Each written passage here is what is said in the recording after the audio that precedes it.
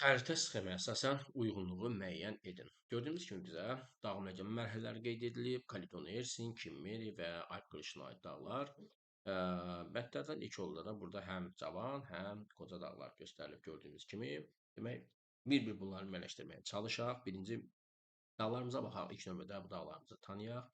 Bir, burada gördüyümüz ki, Skandinaviya dağları deməkdir. 2. Skoti Alin dağları. 3. Verxoyansk. 4. Burada bizə Qafqaz dağları göstərilib. 5 də And və 6-da isə Böyük Suvazi dağları. Bu dağların içərisində cavan qırışıqlar, yəni Alp qırışına aid olan dağlar dedikdə biz burada Qafqaz və 5-i, yəni 4 və 5-i müəyyənləşdirəcəyik. Demək ki, 4 ilə 5-i biz Alp qırışı, yəni 3-cüyə aid eləsək, gördüyümüz kimi burada 2 dənə bəndimiz də var belə bir şey.